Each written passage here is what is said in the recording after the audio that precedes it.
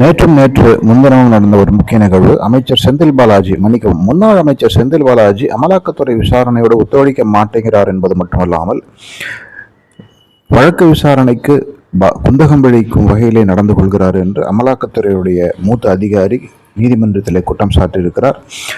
கிழமை நீதிமன்ற நீதிபதி அல்லி அவரிடம் மூத்த அதிகாரி கார்த்திக் தாசரி அளித்துள்ள விண்ணப்பத்திலே பலமுறை பல விஷயங்களை தேவையில்லாமல் கேட்டு செந்தில் பாலாஜி வழக்கு விசாரணை இழுத்தெடுப்பதாகவும் குறுக்கு விசாரணை தொடங்குவதிலே தாமதம் ஏற்படுத்துவதாகவும் தெரிவித்திருக்கிறார்கள்.